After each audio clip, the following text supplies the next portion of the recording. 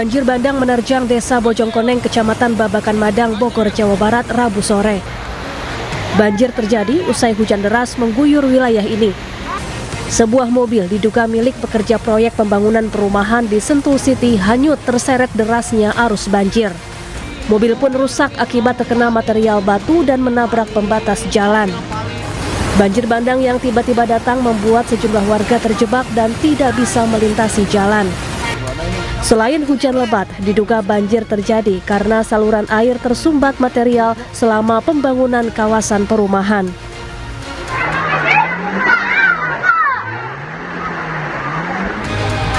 Sementara itu, 6 kecamatan di Tapanuli Tengah, Sumatera Utara kembali dilanda banjir bandang Rabu sore. Banjir membawa gelondongan kayu yang kemudian menerjang permukiman warga. Warga pun dievakuasi ke tempat yang lebih aman. Bupati Tapanuli Tengah menyebut sungai yang sempat dinormalisasi kembali meluap sehingga banjir tak terhindarkan. Tanggul-tanggul darurat yang sebelumnya dibangun juga jebol. Jadi sejak sore tadi berkisar jam 5 atau jam 17 sore hujan deras mengakibatkan daerah di Tapanuli Tengah yang sebelumnya terdampak banjir kembali mengalami banjir. Air meluap tinggi, sedimen yang sudah dibersihkan dari sungai, kemudian air tersebut kembali penuh. Tanggul darurat yang sudah kita buatkan itu kembali jebol. Ketinggian banjir yang merendam permukiman ini mencapai 1 meter. Banjir juga mengakibatkan jembatan penghubung antar desa rusak. Tim Liputan iNews melaporkan.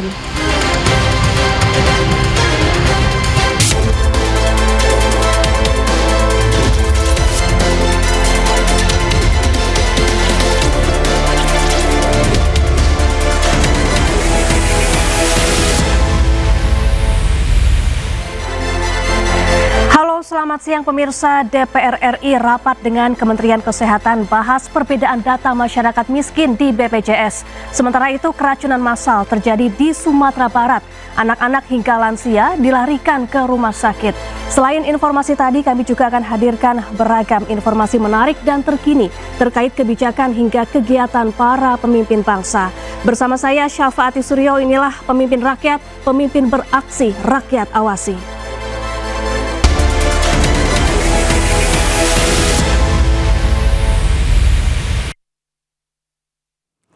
Pemirsa, jet tempur milik TNI Angkatan Udara mendarat dan lepas landas di Jalan Tol Trans Sumatera. Ruas tol disulap menjadi landasan darurat sebagai bagian dari strategi pertahanan negara.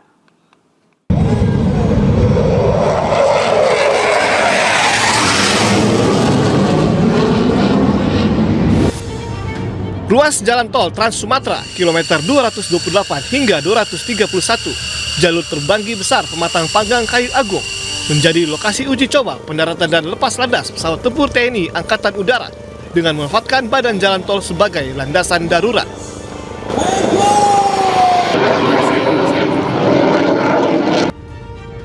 Dua jenis pesawat, yakni Super Tucano dan F-16, meluncur rendah, menyentuh aspal tol, dan berhasil melakukan pendaratan dengan presisi. Tidak lama berselang, pesawat kembali melaju dan lepas landas dengan sempurna. Uji coba dilakukan untuk menguji kesiapan infrastruktur sipil, khususnya jalan tol, agar dapat dimanfaatkan sebagai landasan alternatif apabila dibutuhkan dalam situasi darurat. Sistem pertahanan yang bersifat semesta, artinya pertahanan itu bukan urusan TNI saja, tidak. Tapi seluruh elemen masyarakat itu terlibat aktif di dalam pertahanan negara kita. TNI Angkatan Udara menegaskan, latihan ini merupakan bagian dari strategi besar pertahanan udara nasional, sekaligus kesiapsiagaan menghadapi berbagai potensi ancaman yang dapat terjadi. Pemanfaatan jalan tol ini sebagai alternate landasan bagi pesawat-pesawat tempur bersifat sementara dan situasional, artinya tidak digunakan secara terus-menerus, kemudian apabila dibutuhkan baru kita gunakan, dan tentunya aspek lain adalah tidak merubah fungsi dari jalan tol ini sendiri. Selama kegiatan berlangsung, ruas tol ditutup sementara. Sterilisasi dilakukan secara menyeluruh untuk menjamin keselamatan dan kelancaran latihan. Dari Tol Trans Sumatera Lampung, Andres Avandi, iNews melaporkan. Gelar rapat membahas kisruh penonaktifan BPJS Kesehatan. Saya terima semua pertanyaan, saya jawab. Nanti saya ke sana sebentar aja untuk menyelesaikan rapat. Rapat dihadiri Menteri Kesehatan Budi Gunadi Sadikin hingga Direktur Utama BPJS Ali Gufron Mufti. Rapat berlangsung panas lantaran ada perbedaan data penduduk miskin di beberapa kementerian. DPR pun meminta pemerintah untuk memperbaiki data supaya BPJS bagi warga tidak mampu tepat sasaran. Itu artinya mesti ada waktu break 15 menit, 30 menit, saya brief dan Marahan publik itu wajar, Pak. Pemerintah saja nggak sinkron soal data. Saya kutip terakhir ya Pak ya, dari Mensos ini ya. 54 juta orang miskin tidak menerima BBI, ini Mensos yang ngomong. Yang kedua, 15 juta orang mampu menerima BBI. Sementara saat ini 11 juta dinonaktifkan. Ini gimana nggak gaduh Pak. Menteri Keuangan, 41% penerima PBI tidak layak. Semerautnya data ini menjadi pemicu dan itu ada di hulu, bukan ada di Bapak Ibu sekalian yang ada di sini. Saya sepakat itu, bukan di ranah BPJS Kesehatan, bukan di Pak Menteri Kesehatan. Jadi sebetulnya kalau hari ini mau diselesaikan secara utuh ya BPS, Kemensos, Kemenkyu, Mendagri itu yang tanggung jawab. Ini loh Pak sumber kegaduhan Pak. Dan ini dari dulu nggak pernah selesai. 2021 Pak, rapat sampai subuh di Komisi 9. Waktu itu 27 juta kita minta cleansing. dari sisi anggaran Kementerian Keuangan sebenarnya yang dikeluarkan Kemenkyu dengan mengalihkan keluar yang 11 juta yang diidentifikasi bukan masuk kategori miskin ini sama karena sudah diisi oleh 11 juta pengganti orang yang menurut data Sen masuk kategori miskin. Jadi memang kalau ini nanti dimasukkan, ini akan menambah 11 juta dari 96,8 juta. Pemirsa, pemerintah Kabupaten Dharmasraya, Sumatera Barat menetapkan status kejadian luar biasa atau KLB keracunan massal makanan. Hasil pemeriksaan ditemukan bakteri berbahaya pada makanan yang dibagikan dalam program Makan Bergizi Gratis Nasional.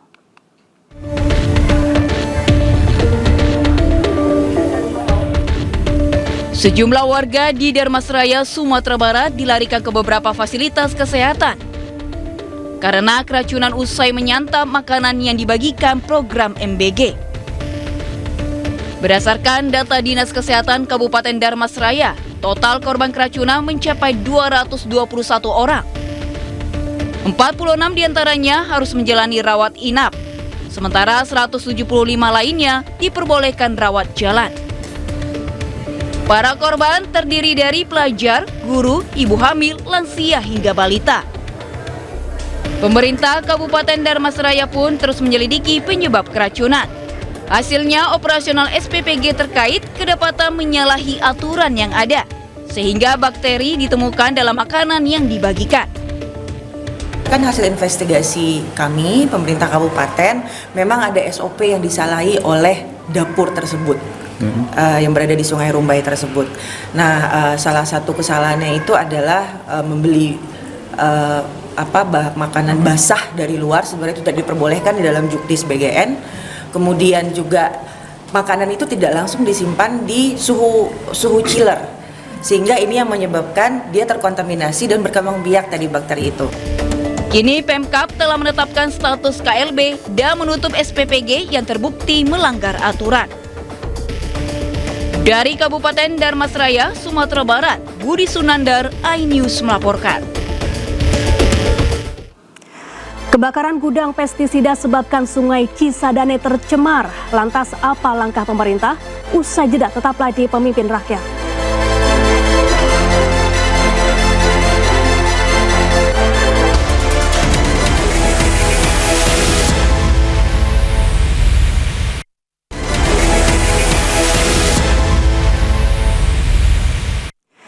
Pemirsa, kebakaran gudang bahan kimia sebabkan Sungai Cisadane tercemar. Sementara Pemkot Tangerang Selatan mengaku kesulitan mengecek kelayakan gedung kimia yang terbakar.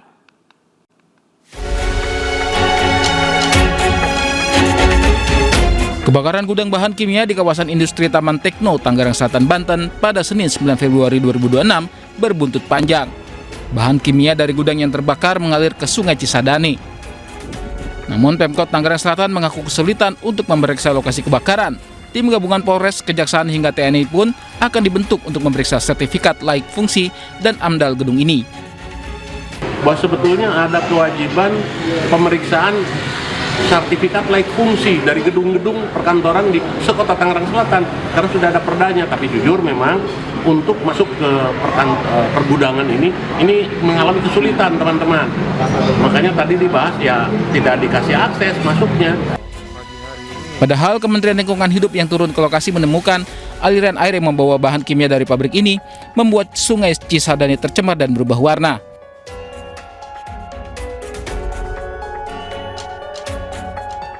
Menteri Lingkungan Hidup Hanif Faisal Nurrafiq mengatakan air berasal dari sisa pemadaman yang bercampur residu bahan kimia mengalir dan mencemari sungai.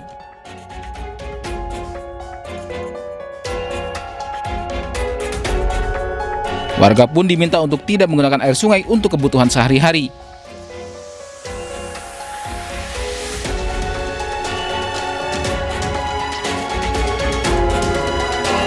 Kementerian Lingkungan Hidup juga menerima laporan pencemaran Sungai Cisadane meluas hingga sekitar 22,5 km mencakup Tangerang Selatan, Kabupaten dan Kota Tangerang. Menghimbau kepada warga di bantaran Sungai Cisadane ataupun yang datang ke Sungai Cisadane untuk tidak memanfaatkan air Sungai Cisadane untuk cuci dan kebutuhan hidup sehari-hari. Kedua, kini aparat gabungan berjaga di bantaran Sungai Cisadane. Mereka mengingatkan warga sekitar untuk tidak beraktivitas dan mengkonsumsi ikan yang mati akibat tercemar limbah. Tim Liputan iNews melaporkan.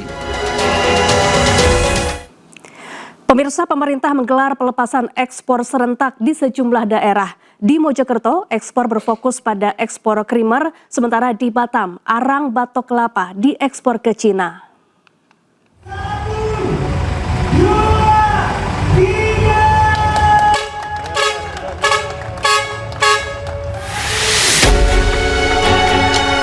Pelepasan ekspor krimer di Mojokerto, Jawa Timur dipimpin oleh Wakil Menteri Perdagangan, Diah Roro Estiwidya. Kali ini Indonesia mengekspor ribuan krimer ke Amerika Serikat, Uni Emirat Arab, Jepang, Montenegro, dan Korea Selatan. Ekspor kali ini tidak hanya melibatkan perusahaan-perusahaan besar, Kementerian Perdagangan juga mendorong UMKM untuk bisa ekspor. Saat ini Indonesia memiliki kerjasama ekonomi dengan 33 negara. Ada nilai ekspornya berada di 5,25 juta, US dollars.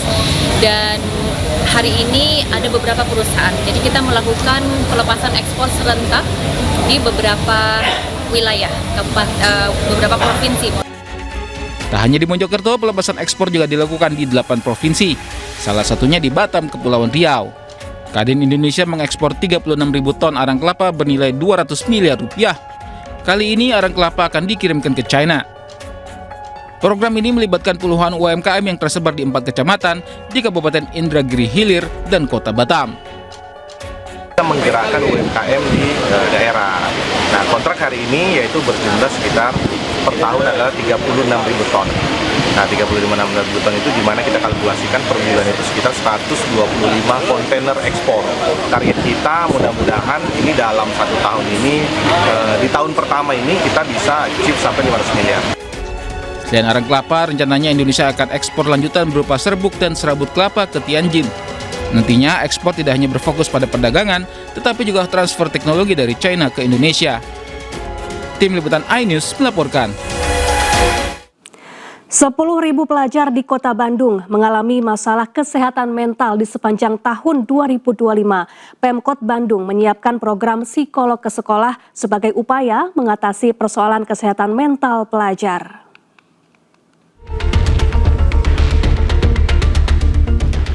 Pemkot Bandung menyiapkan program menghadirkan psikolog ke sekolah sebagai upaya mengatasi masalah kesehatan mental pelajar. Wali Kota Bandung Farhan menyebut banyaknya persoalan kesehatan mental merupakan alarm bagi pemerintah. Menurut Farhan, gangguan kesehatan mental pelajar tidak muncul secara tiba-tiba, namun disebabkan berbagai faktor, salah satunya tekanan sosial di era digital. Ini bagian dari sebuah ekosistem penanganan masalah kesehatan mental siswa di lingkungan sekolah. Apabila memang ada kasus-kasus khusus yang harus dirujuk kepada psikolog klinis, baru akan dibuat rujukannya secara proporsional dan profesional untuk dibawa ke puskesmas yang ada praktek psikologi klinis.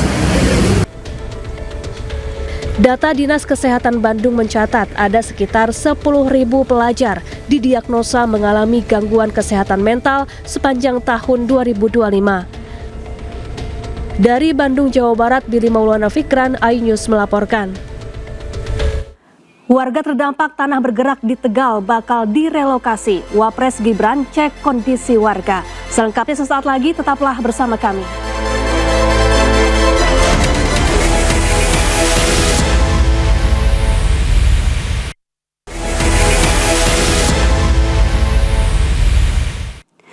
Pemirsa, pastikan harga komoditas stabil jelang Ramadan. Wakil Menteri Perdagangan sidak di Pasar Cisalak, Depok, Jawa Barat. Selain itu, ia bersama jajaran menggelar aksi gerakan nasional Pasar Rakyat Bersih.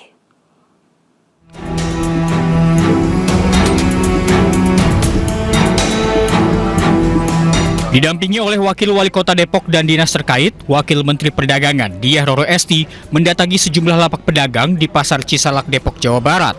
Hal ini dilakukan untuk melakukan pengecekan harga jelang Ramadan. Roro menyampaikan bahwa dalam kunjungannya kali ini untuk memastikan dua hal, yakni harga bahan pokok dipastikan aman sesuai dengan harga acuan, serta melakukan gerakan membersihkan pasar rakyat. Untuk memastikan bahwa harga bahan pokok itu aman, sesuai dengan harga acuannya. Lalu kemudian tentu mengingat bahwa ini juga sebentar lagi Ramadan ya Bu ya, jadi kan pasti banyak yang membutuhkan bahan pokok. Kita titipkan juga ke Pak Wakil Wali Kota, harapannya semua pedagang di sini setiap harinya bisa menjaga booth-nya masing-masing gitu ya. Roro juga menegaskan jika pedagang dan konsumen mendapati harga yang tak sesuai harga acuan dapat segera melaporkannya untuk nantinya dicarikan solusinya. Dari Depok, Jawa Barat, Iyung Rizky, iNews melaporkan. Wakil Presiden Gibran Rakabuming Raka meminta warga yang terdampak tanah bergerak di Tegal tidak kembali dulu ke rumah karena masih berbahaya. Gibran juga berencana merelokasi warga yang tinggal di lokasi bencana.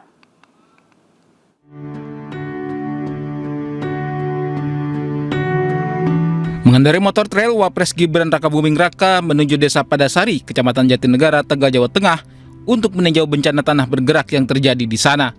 Gibran datang dan berdialog dengan warga yang rumahnya terdampak bencana tanah bergerak. Gibran juga temui warga yang mengungsi di posko pengungsi Majelis Az-Zikir Warotibain. Dalam kunjungannya, Gibran meminta warga tidak paksakan diri kembali ke rumah masing-masing karena kondisi tanah masih labil dan berbahaya. Kita ingin yang nomor satu keselamatan Bapak Ibu semua. Apalagi di sini ada anak-anak kecil nih, banyak sekali. Ada lansia, hati-hati sekali. Ada ibu hamil, hati-hati sekali. Jangan memaksakan diri untuk kembali ke atas. Gibran berjanji warga yang kehilangan dokumen-dokumen penting seperti sertifikat tanah akan diproses dokumen pengganti dengan cepat. Setelahnya, Gibran juga kunjungi posko Ponpes Al-Adalah 2, Desa Padasari. Pada warga dan santri, Wapres menekankan kondisi di lokasi terdampak sudah tidak memungkinkan dihuni kembali, hingga relokasi menjadi langkah strategis demi keselamatan warga.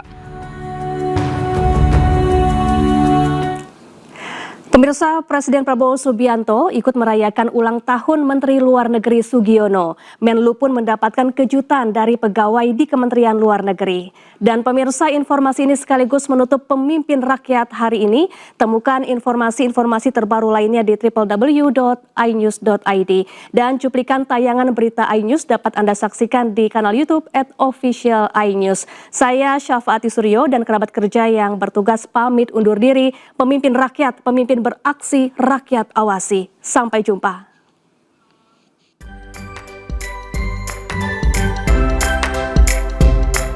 Kejutan diberikan untuk Menteri Luar Negeri Sugiono di hari ulang tahunnya yang ke-47 tahun, Rabu 11 Februari 2026. Salah satunya dari Presiden RI Prabowo Subianto.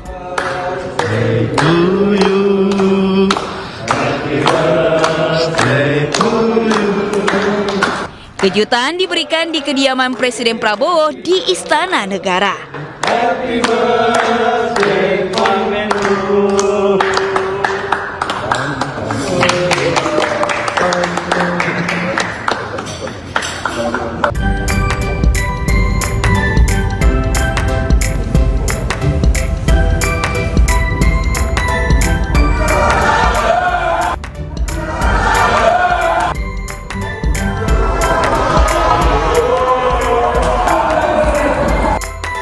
Tidak hanya itu, karyawan hingga rekan kerja Menlu Sugiono juga memberikan kejutan dan ucapan selama ulang tahun di hari kelahirannya. Ucapan serta doa pun disampaikan kepada Sugiono dari pegawai Kemenlu.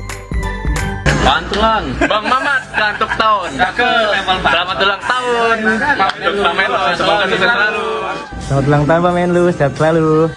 Semoga makin gacor. 1, 2, 3. Selamat ulang tahun Bang Menlu. Semoga sehat selalu.